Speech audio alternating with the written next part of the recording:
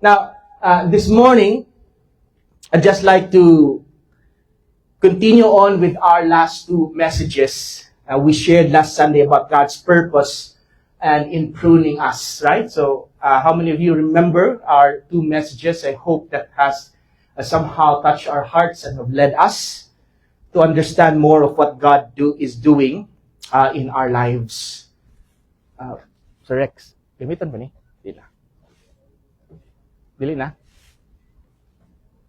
So, I'd like to take us further, but in a slightly different direction. So, it's connected in the sense, but we're going to move towards another direction and understand it more clearly, so that mas masabtan nato igsoon kung unsa ginabuhat sa Ginoo labi na sa matag usa sa tua, and what He really desires to each and every one of us as His people today. And so I entitled our message this morning, The Road or Growth to Fruitfulness. No? So, growth. Ang dalan, diha sa pagmabungahon. No? Ang pagtubo diha sa Ginoo. And I believe, friends, that bearing fruit that Jesus was emphasizing deeply to His desire that in each and every one of us will experience true growth, authentic transformation as we follow Him. And so, the heart of God's desire is not simply that we do more, but we become more. Because sometimes along the way, ministry would make to something as doing something in our lives, and we think that Christianity is no longer beyond towards what we are doing. And in our lives, we go deeper in Him, bringing fruit that reflects true, authentic transformation. So that's what God desires for all of us. No? Tinuod nga pagtubo o transformation gid kabag-uhan sa matag-usang kinabuhi. Question. So as we begin this morning, I'd just like to ask a few questions. And to whatever God has already led you today, or where you are right now, maybe let's come to meditate these questions as we partake towards God's Word this morning. So first question, in your years of following the Christian faith and walking with Jesus, do you believe that you have grown? Nitubo na bagid kay son. Ano ba 'yung pagtubo? Ang height lang gamay, no? Or maybe you're still new in the faith. You've been journeying with Christ, but it's not that very long yet. So question for you is that as you begin your journey with Jesus, do you desire that your life will reflect Him more and more each day? Right? So that's the question. Because that's where the ultimate leading and desire for God for each and every one of us. And if someone were to look at your walk with God, if someone were to look at your walk with God, a glimpse of your journey in Christ, would they see fruit that shows you are growing in Him?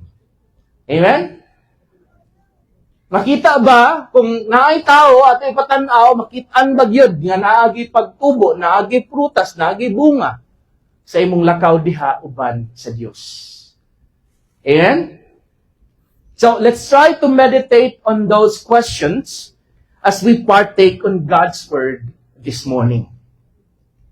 Now, Paul himself gave this importance in his letters that nothing more that he desires for God's people is to grow. Always Paul would talk to the people of God and to his followers that the only desire of God for us is to grow.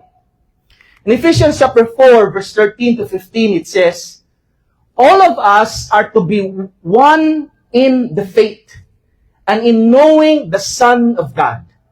We are to be full-grown Christians, standing as high and complete as Christ Himself. So that's what He desires, right? then we will not be as children any longer. Children are like boats thrown up down on big waves. They are blown with the wind. False teaching is like the wind. False teachers try everything possible to make people believe a lie, but we are to hold the truth with love in our hearts. We are to grow up and be more like Christ. He is the leader of the church. And so that's the prayer and the desire of Paul to all of us. A group of fleas were placed in a jar, and a lid was tightly secured on the top. So you know what a flea is? Naturally, fleas began to jump, trying to escape, but each time they leapt, trying to magagawa sila, they hit their heads against the lid. Siyempre, because takluban. After many attempts, they eventually stopped jumping so high and adjusted to the limits of the jar. As you know, fleas, it could jump as much as high as it wants. That's why we think it's flying, but it's actually just jumping. Later, the lid was removed, and the fleas were technically free to jump out and escape. So imagine, the lid was already removed. But something surprising happened. Though no barrier was holding them back anymore, they continued to jump only as high as the lid has once been. So di na sila, inaanad na sila, dito lang taman sa taklob. They had learned to live within the limits that no longer existed. I truly believe, friends, that growth is something we long for in life. Amen? Do you desire growth? Each and every one of us desire growth, whether in our careers or in our character or in our faith. Amen? Deep within, we carry that longing to move forward. We always want to move forward, to go beyond to where we are, and to become what God or who God has designed of all of us to be or desired for us. And that's what we all desire. Truth is, throughout time, people has emphasized the need for growth. Right? It has always been emphasized, throughout time. People have written books upon books and article upon article about the importance of growth. And the Bible itself, as Paul encourages us in our scripture, has not limited the dedication of teaching us to the importance of growing. So in other words, even in the entirety of the Bible, it always teaches the people to grow. Again and again, Paul reminds us that the Christian life is a journey of pressing forward. Not remaining the same, but moving towards the maturity in Christ. So klaro na di ba? Whether in his letters to the Philippians, where he speaks of pressing towards the goal, or to the Ephesians, where he urges believers to grow in every way in Christ, Paul shows that growth is not optional, it is essential. Kailangan yun mutubo ta. Ingay tapad bi? Kailangan yun mutubo ta. Amen? Dili lang sa height. Peter himself gave this importance to us, even Peter, 2 Peter 3:18.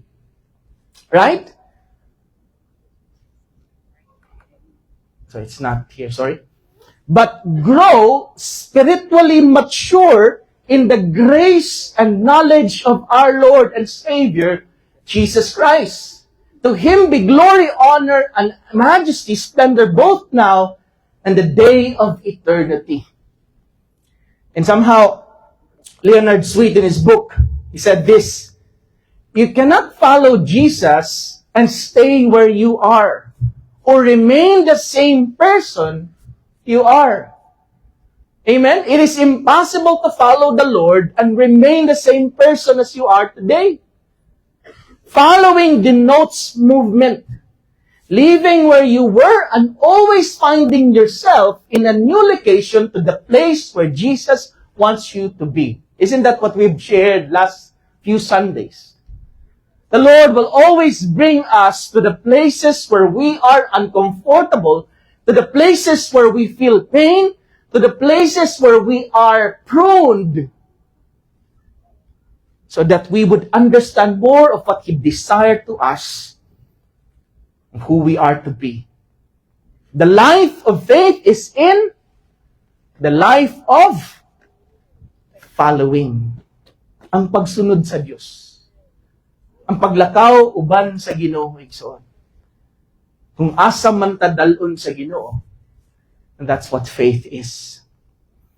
What it means is that it is impossible to truly follow the Lord and not grow.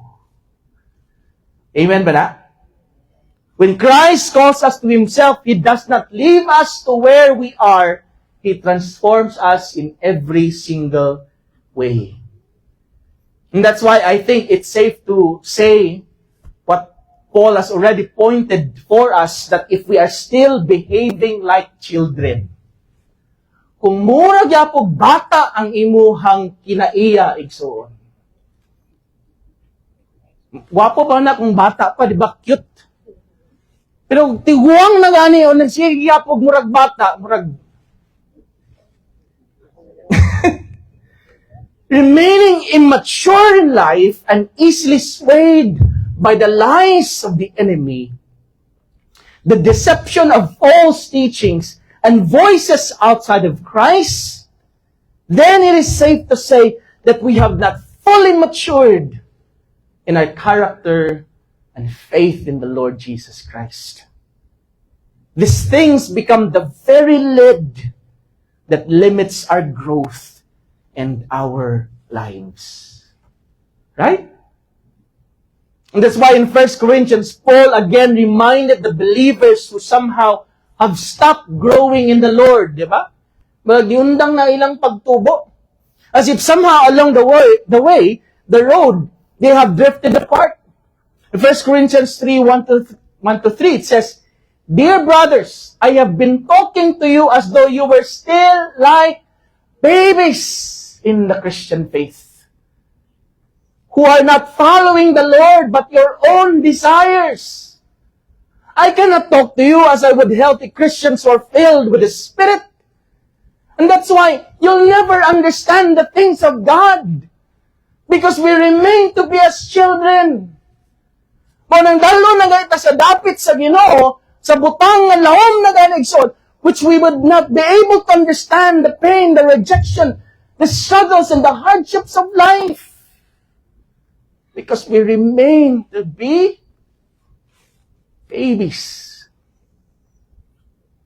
who are not following the Lord but your own desires. I cannot talk to you as I would a healthy Christian who is filled with the Spirit.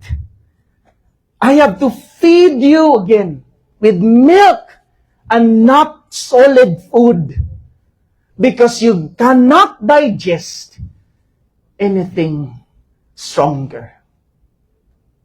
And even now, you still have to be fed on milk, for you are still only baby Christians. Tanawim tapad. Baby lang nagdagway, di ba? Pero mature na. Huh? Controlled by your own desires and not God. Sabi si Paul ba?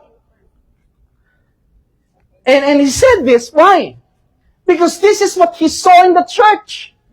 When you are jealous of one another and divided up to quarreling groups, doesn't that prove that you are still babies, wanting your own way? Grabe, no? In fact, you are acting like people, samutan pa ni Paul, who don't belong to the Lord at all. Grabe si Paul ba? You see, friends, it's this. The Corinthian church was spiritually gifted. yet spiritually immature. Gifted, sayang. They were proud of their knowledge, their talents, their gifts, their eloquence, their ministry, and spiritual experiences. They were successful. They were better in all things. But Paul saw the reality. They were divided. They were quarreling. They only sought their own interests. They were gossiping. They were speaking bad things against people, unkind, unforgiving, and acting more like the world than Christ. Sakit, no? Gabi ni mga istorya si Paul. John MacArthur said these words. It said, immaturity is not excusable when time and opportunity for growth have been given. The Corinthians had every reason to be mature, but they chose to remain childish in their faith. Sabi, no? The Corinthians had Christ, but they were not living like it. Though saved, they were still thinking and acting as if they belong to the world. Sabi ba? And so, friends, I guess it is possible to be journeying without growing. Pwede di ay nga maglakaw tauban sa Ginoo pero way pagtubo. Walking with the motions of faith but never maturing in character. Staying in the nursery of Christianity. Still ruled by self and looking more like the world than like Christ. Mandili gid nato matago, di ba? So going back to our questions, where are we today in the journey of faith? Can you ask the person beside you na, asa ka karon, Francis, sa imong lakaw uban sa Ginoo?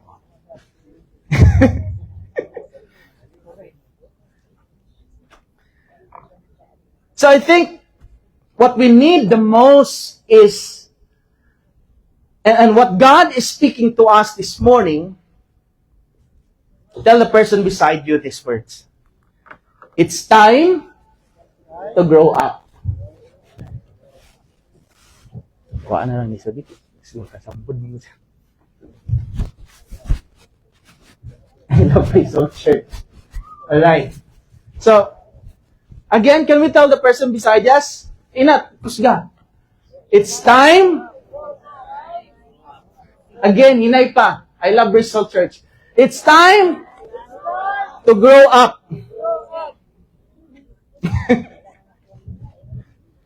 Friends, enough of the childish faith. We are not to remain as children and as followers of Christ. Childlike faith, yes. We remain in humility. We remain surrendered. We remain embracing, like an infant to his father, as children to his parents. But being childish? No. We must grow up. 1 Corinthians 13:11, Paul encourages us with this. When I was a child, I spoke and thought and reasoned and as a child does. Diba? But when I became a man, my thoughts grew far beyond those of my childhood. And now I have put away the childish things. It's not me telling us this. It's Paul telling us. Friends, there are two realities only in our journey of faith. Either we are growing or decaying. Either we are moving forward or becoming stagnant. That's the only two realities of where we are in our faith journey today. And that is why this morning, please allow me to share with us three perspectives that help us pursue the road of faith and growth and to continue fruitfully grow along the journey of faith. Alright? First, we must cultivate a passion for growth. We must cultivate a passion for growth. 1 Peter chapter 2, verse 2 says this, like newborn babies, you should crave and thirst and earnestly desire the pure and unadulterated spiritual milk, that by it you may be nurtured and grow unto completed salvation. Amen? First things first, we must have the personal desire. The Greek word here, epipotheo, which means to long for, to greatly desire, to intensely crave. Diba? This is not a casual interest. It is a personal interest and inward hunger. Ikaw mismo, personally. Notice, Peter does not say, wait for others to feed you. Wait for others to go and tell you this. Wait for others to encourage you. Or hope that someone gives you milk. He says, firstly, it must come to a personal desire. You must crave first, personally. The responsibility is personal. Amen, Manaigson? Friends, church, listen to this very carefully. The hope to grow, the thought of growing, and even the feelings of wanting to grow, or even the wish to grow, will never truly make us grow. Diba? Ganahan man kami, gusto na ko mo grow sa akong pagtuog. Gusto ko na ma-feel na malawom ko sa Ginoo. But if it only remains a wish, a plan, a thought, then it will never make us grow. Igsoon. There must be an earnest craving of a holy hunger, a deliberate pursuit of God. Growth does not happen by accident. It happens when we lay aside childish ways, strip off everything that hinders us, and decide to feed on the pure Word of God. Friends, here's the truth. Inaim tapad, you must personally do it.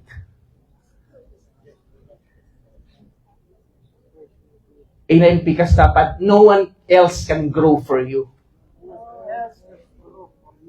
Not the people around you, not your pastor, not your family. We can encourage each other, but it is your decision to grow in the Lord. You can listen to all the sermons, surrounded by all encouragement.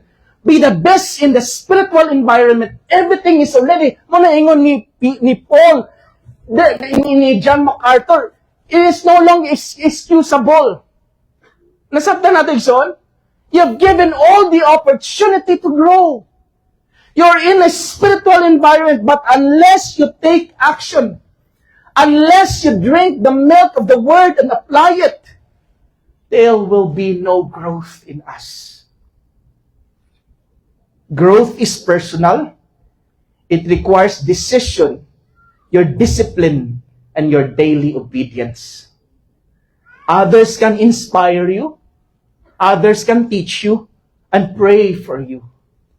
But only you can choose to walk with God and mature in Him. Amen? Secondly, what it teaches us is this. One commentary I read regarding this, what is this pure spiritual milk we need to hunger for? A commentary said this, the word pure simply means undiluted or uncontaminated. The word used to describe the milk is in the original Greek logikon, which also means rational or reasonable. More importantly, it shares a root with the word logos or the word. This phrase is sometimes translated as pure milk of the word, as in NASB. So this command means we must learn to crave undiluted Word of God as newborn craves for milk. By drinking this milk, taking in God's Word, drawing close to Christ, believers will continue to grow up in our salvation. A personal choice, a desire to grow, and to really drink the Word of God and follow it and obey it in our lives. Friends, our prayer is that we desire to grow in His Word, that in His Word we grow more in our fellowship, in our prayer, in our service, and in our stewardship in the Lord. Firstly, there must be a growth in God's Word. Amen? Una gyud sa pulong sa Diyos. Just a baby survival depends on milk. Your growth in Christ depends on the pure Word of God. Nothing else can substitute. You must crave it, feed on it, and let it grow you in maturity. The fuel of growth is the Word, but the engine of growth is your personal desire to receive it and apply it. Amen? The second thing we see in this is this. We must maintain the passion to grow. Amen? We must maintain the passion to grow. Friends, I know, di ba nga, we have all been there. Abot ang panahon, igsoon, at one moment that we are on fire to grow, there is fire in learning, growing deep in Jesus, but along the journey, we lose our zeal. Di ba? Because of the troubles of the world, the hardships of life, maybe. And somehow, we lose our enthusiasm. Di ba? Marag, luyan na, pa-Netflix na lang. Di ba? Marag, wanay passion. We develop a spirit of negligence, laziness, and apathy. One way or another, we all have experienced this reality, right? We've all been there. I've been there. And look at this from Hebrews chapter 2, Igson, which talks about believers, professing believers, who were no longer growing and being indifferent. This is what the writer said. Concerning this, we have much to say, which is hard to explain. Since you have become dull in your spiritual hearing and sluggish, even slothful in achieving spiritual insight. No, nagkaluyan na, nagkakapulan na, maragpatay na, wala na passion. For even though by this time, you ought to be what?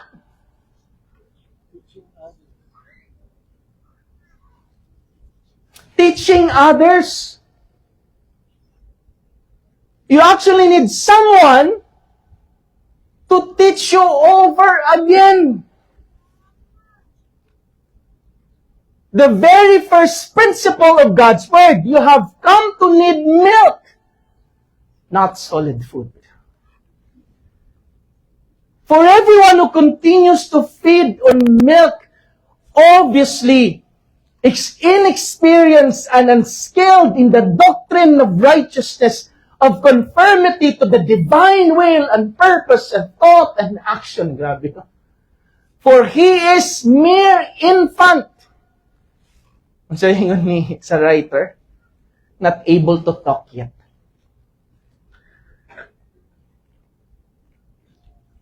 Grabe ba?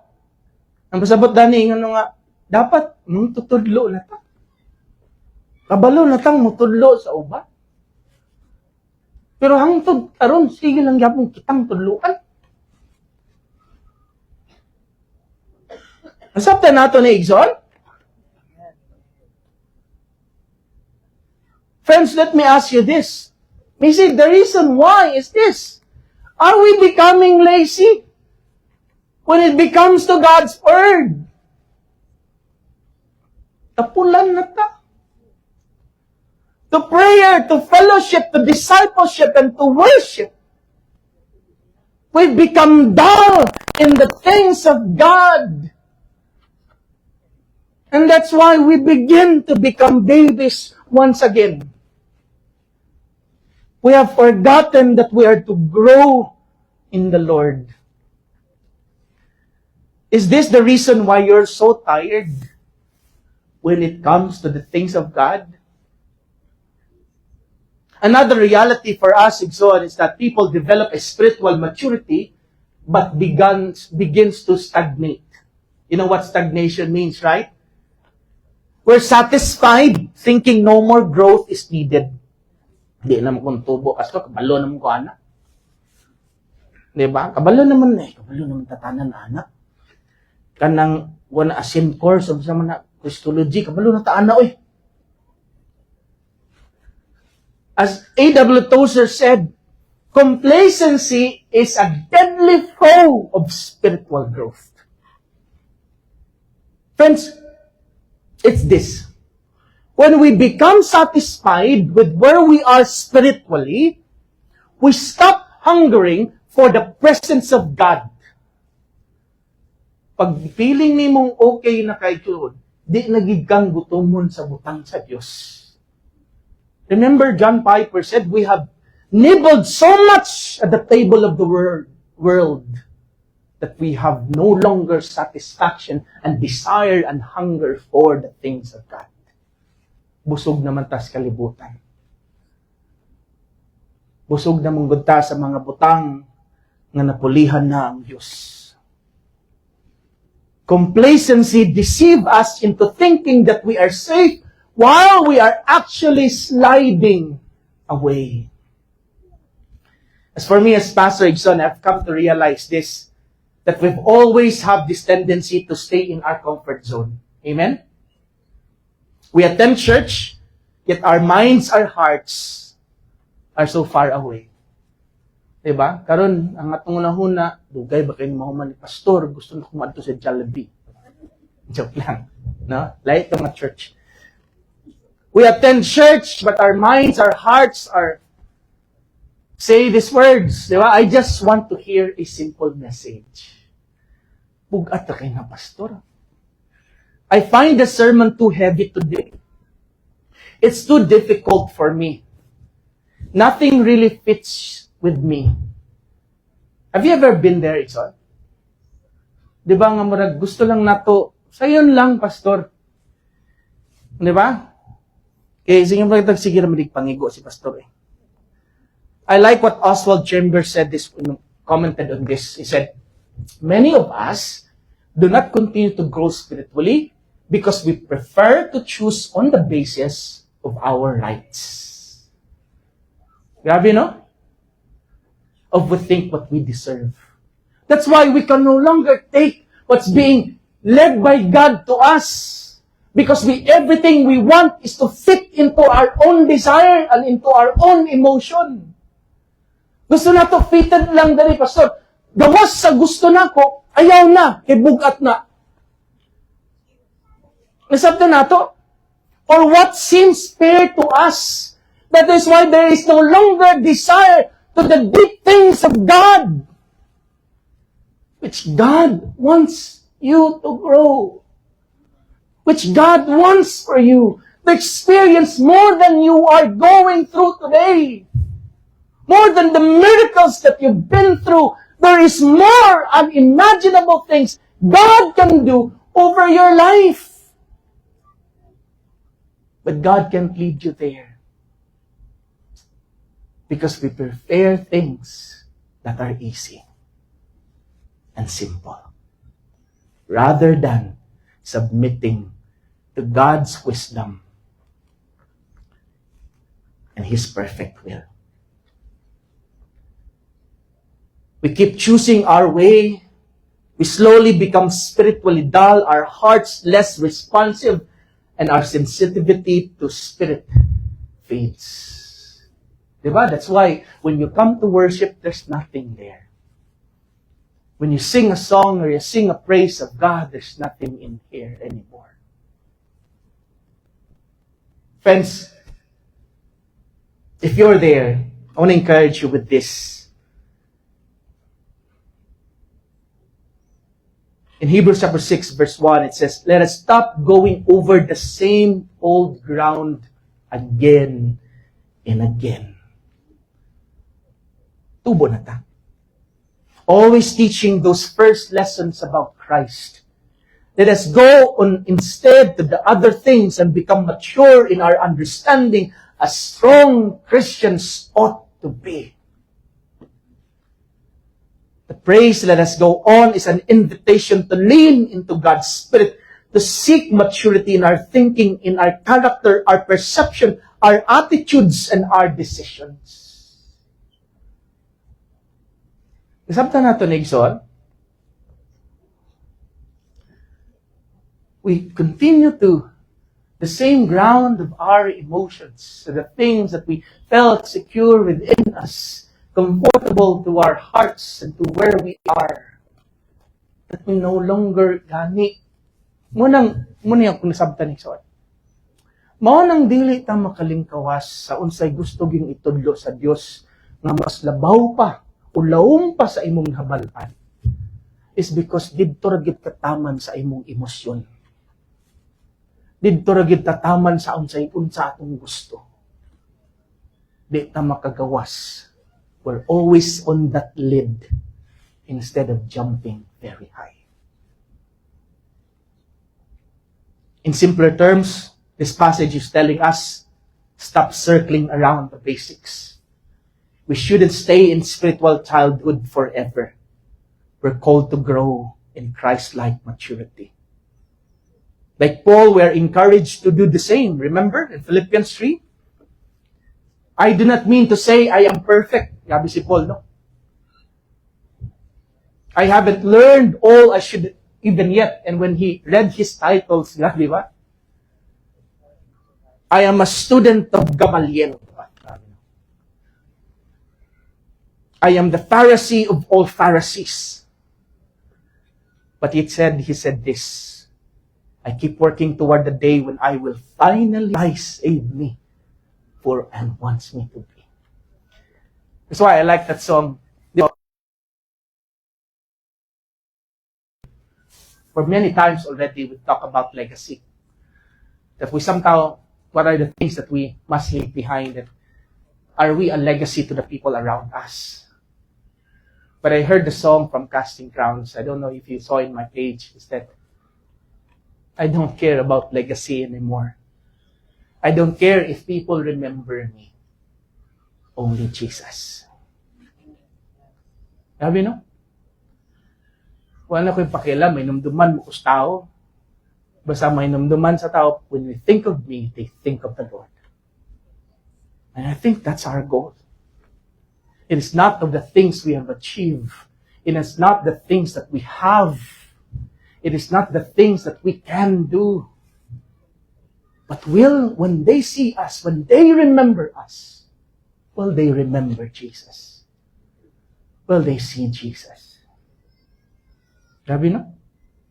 No, dear friends or brothers, I am still not all I should be. I am bringing my energies to bear to this one thing.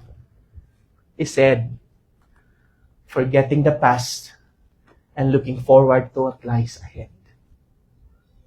Grabe, no? I strain to reach the end of the race and receive the prize for which God is calling us up to heaven because of what Christ Jesus did for us. Friends, that is our goal. Sometimes we nibble so much of the things that is going around us, to the things of this world, to the things in our emotions and all we want, sa mga gusto nato, sa unsay may tabo, whatever is this. And somehow, we have forgotten that the only prize and the only goal of the Christian life is heaven. Christ, who died for us. Paul was saying, yet this happened, yes, I have been there, but I do not remain there. As mature as he was, he did not consider himself to achieve maturity and admits that he needed improvement. The encouragement is this: let us press onto the things that makes us grow. Let go of the things that hinders your growth. Amen? Do not make an excuse that you have been Christian for a long time and you have learned a lot. You've understood a lot in the Bible, attended seminary, attended countless conference, that you no longer need to grow kay na kung gustuhanon 80 ka tuig na. Or maybe you friends, you struggle in pain and hardship that is holding you back. Let it go. Letting go doesn't mean that it's ignoring what happened. It means refusing it to control your life. God isn't calling you to stay stuck in defeat. He's calling you to press on, to embrace the growth that He has prepared for you. Amen? Thirdly, and as we try to end this morning, it is not just a desire to grow, but we must also turn our desire to grow into action. The next step in the path is that to be committed to growth. Amen? Can you tell the person beside you, good morning? Mata na? Hapit na tang moment. To be committed towards growth. Amen? Desire without commitment is like a seed that falls on rocky soil. Diba? Pag naalang niya sa salog, it will not grow. It may sprout, but it dies quickly. Growth requires a decision to act every day, no matter the circumstance. It's a decision every single day. Will you allow your situation, will you allow your emotions to control you? Growth is every day, a commitment to grow every day. Philippians 3:12-14 again reminds us, I haven't reached perfection, but I press on, Paul said, forgetting what lies behind. Notice Paul's mindset. He does not wait for perfection. He presses forward. Intentionally, consistently. This is a committed action. Anong nahigid kada adlaw? Commitment to growth means praying faithfully even when life is difficult and overwhelming. Serving God and others, even when it's tiring and inconvenient. Putting down our phones and meditating on God's Word. Joining growth groups and Bible study, even when we are busy. Question. In your own life, where do you struggle the most to turn your desire to grow into consistent action? Asa karon sa imong kinabuhi, igsoon nga murag dirigi ko na need mo tubo. Kailangan ko commitment dali. Amen? As Anton de Saint-Exupéry said, nag-aral kasi ako ng French, a goal without action is merely a wish. True growth comes when we do, not just dream. Amen? Now question, what is hindering our growth? We do desire for growth, right? And we want to commit to it. But, Pastor, there are many hindrances. And so let's try to understand those hindrances first. And somehow, what is stopping us from doing it? 4 things that I'd like to share. Paspaso na nato. Sin and persistent disobedience. When we continue in sinful patterns, whether pride, anger, jealousy, or habitual sins, our hearts gradually become numb to God's voice. Spiritual sensitivity is dulled, meaning no longer sense His leading or conviction, and promptings are clearly as we should. Diba? When we sin, there's things that somehow is dulling our hearts. There's leading that we no longer hear God's voice. Persistent disobedience blocks the flow of God's grace in our lives. Binatang kadungog sa Ginoo because of sin. Negative influences. Spiritual growth doesn't happen in isolation. Amen. Right? It is shaped by environment where we place ourselves in. Surrounding yourself with people, media, or habits that encourage compromise, destruction, or worldly thinking can slowly erode your character of faith. That's why I said, Ikson, isa lang ka kakristohanon, Ikson, ang imong kauban tanan, puro kalibutanon gani na. Ma-influensyahan gid ka. Nasabta na to? Right? And the same thing with us. The same thing, right? If you notice in a small group, there are 10 Christians and only one unbeliever, Ikson, he will always be influenced to follow the Lord. And that's the same thing with us. Kinsa may imong kastorya. Unsa man permente imong ginapaminaw. Unsa man permente ang imong ginatanaw. That's what's shaping your world. That's what's shaping your perspective. Amen? That's why Paul reminded us, 1 Corinthians 15:33. Do not be misled.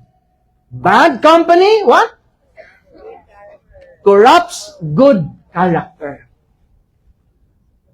The company we keep influences our choice, our thoughts, and even our values.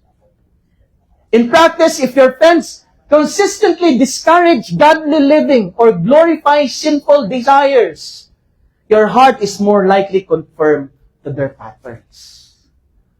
Diba? Because, syempre, that's always what you see. That's always what you hear. The solution? Choose relationships and activities that influences, encourage obedience, accountability, and growth in Christ. And that's why we have growth groups. Amen? Someone said, if you desire to grow in your relationship with God, don't do it alone. Find a community of people who are heading in the same direction. Simple, right? Now, another distraction. Distraction and busyness.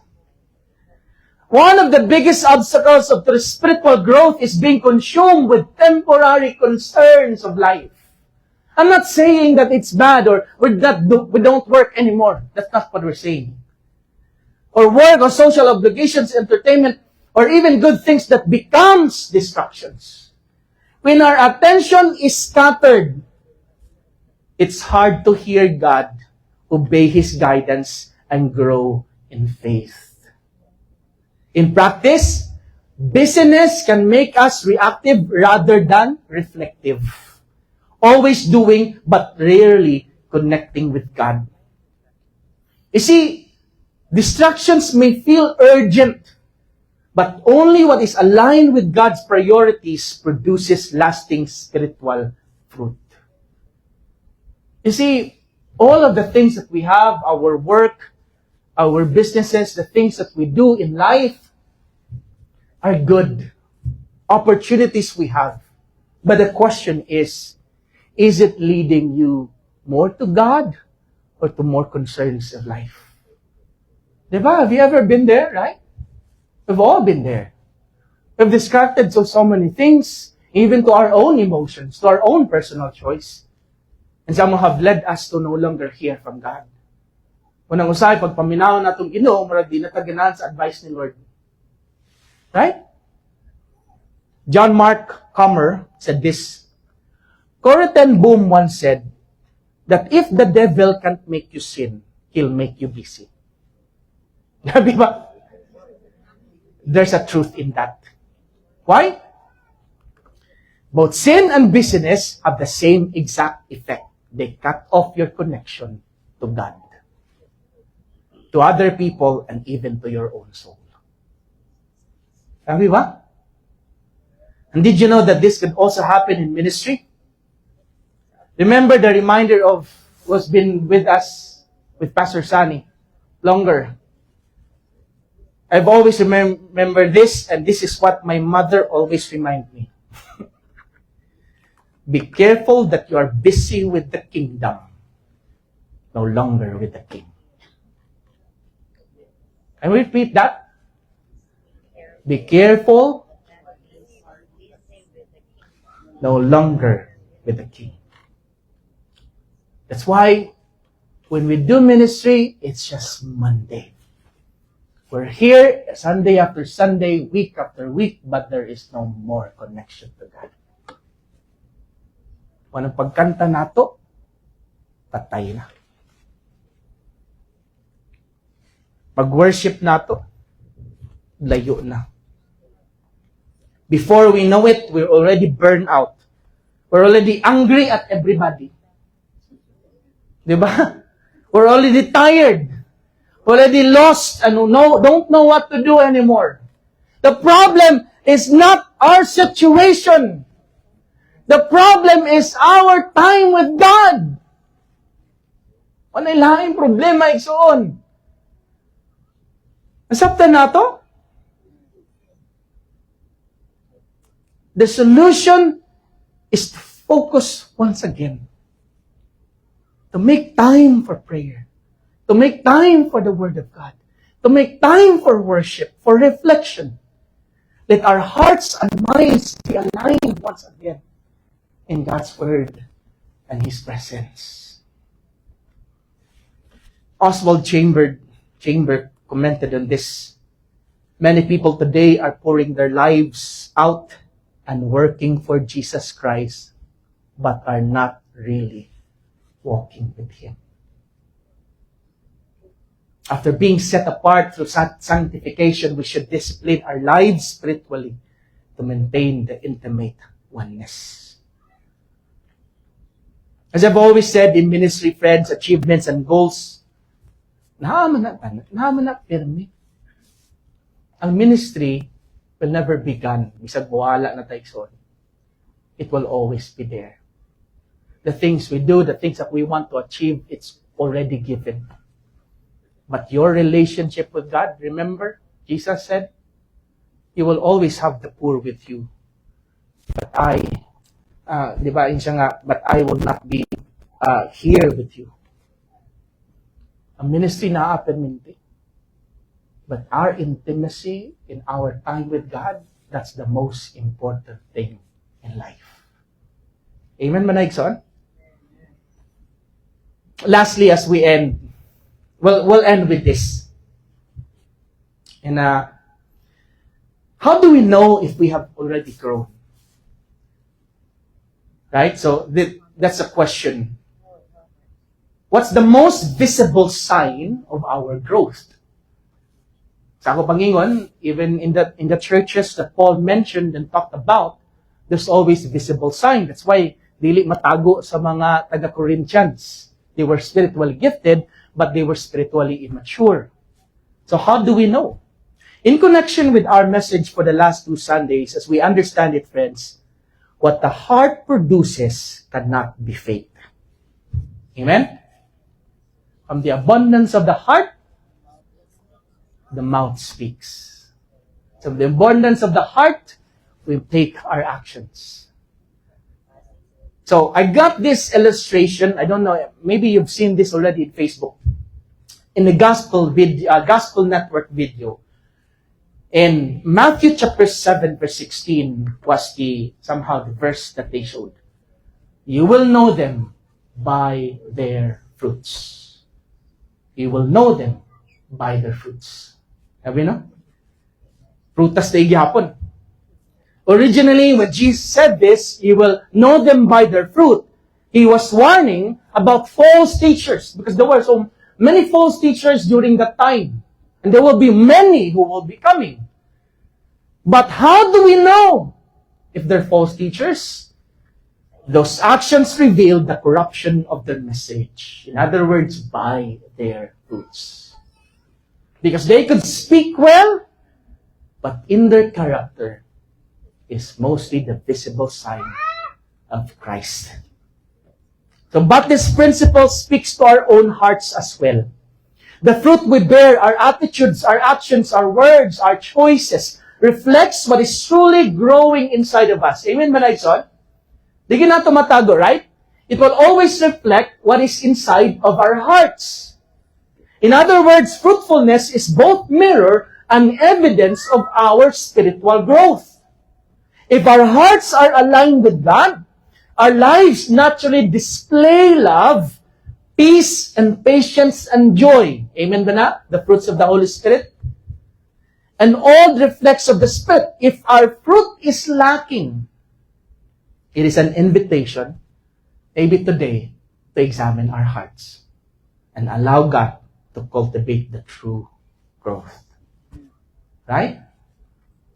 By their fruits you will know them. I want to show you the video, but we don't have time, so I'll just share it with you. By the fruits you will know them, by Gospel Network. Very nice, it says. Not by how many scriptures we post. Not by how on fire we sound in prayer meetings. Not by their titles. Not by how well they preach. Not by how loud they pray. Not by their... We live, in a generation that claps for gifts. But what? Ignores character. Ganahan ta, gifted ang tao. She can sing, flow through dirty vessels. Grabe, no? Don't be fooled. The power can still flow to dirty vessels, but fruit only grows through a surrendered life.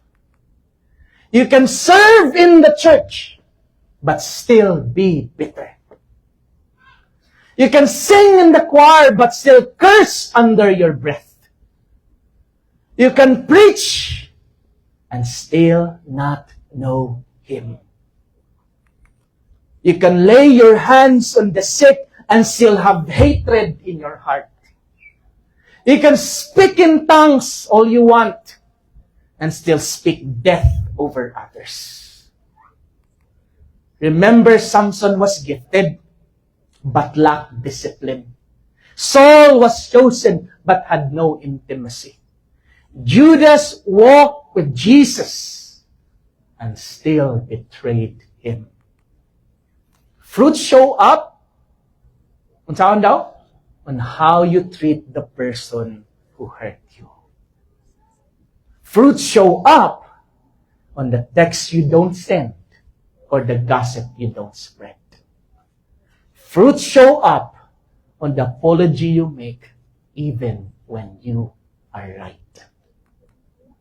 Heaven is not counting on how many likes you have or how many followers you have. It's weighing fruit. So today, don't ask the Lord to use me. Ask the Lord also, prune me, break me, change me. Don't carry the Bible and still carry hate. Because the world needs less performers and more people who carry the nature of Christ.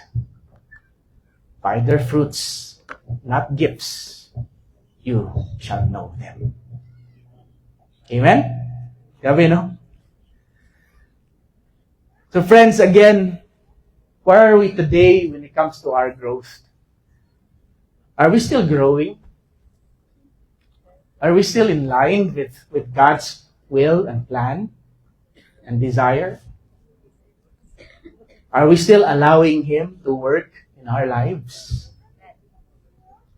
I'll end with this beautiful prayer of Paul in Ephesians church, and this will be our prayer today. Ephesians 3:17-19. And I pray that Christ will be more and more at home in your hearts, living with you as you trust in Him. May your roots go down deep into the soil of God's marvelous love. And may you be able to feel and understand, as all God's children should, how long, how wide, how deep, and how high His love really is. Sabi, kinuno, gusto na mulong ta sa iya. And to experience this love for yourselves, though it is the great that you'll never see the end of it, or fully know and understand. And so at last, you will be able to fill up with God Himself. Dili man gid nato matugkad din tanan, right? Dili man nato masabtan ang tanan. But the most important thing is that we are always intimate with the Lord. Friends, the ultimate goal of growth is not just to be able to be good and all that, but to know Him more, to grow in Him more. By cultivating intimacy with God, it leads us to the deeper realms of love and faithfulness that God walks with us. And when we grow in Him, in our relationship with Him, we grow more and more, right? But we know as well that it will not be easy. Dili man sayo, Nixon. The things that we have showed us here in our scriptures and in our illustrations are things that aren't easy. That's why we need to grow closer more to Christ in Him. I'll share this, Ixon, before we pray. Is entitled, Good Timber Does Not Grow in Ease. The stronger wind, the tougher the trees. The farther the sky, the farther the land. The more the storm, the more the strength. By sun and cold, by rain and snows. In tree or man, good timber grows. No matter how difficult it is, or no matter how somehow life can be so challenging, and somehow overwhelming at times. Sometimes our situations can be so difficult that we no longer know what to do. But that's why it comes to a point where growth can only happen when we are only intimate with Christ. To grow in Him more and more. We can never grow without Him, without the Lord Jesus Christ, His Son. And surrendering our lives to Him. So first, we start with that. And again, ask ourselves this morning, where are we? How's our journey? How's our growth? Amen? Let's pray. Just bow down our heads and close our eyes. Father, we thank you.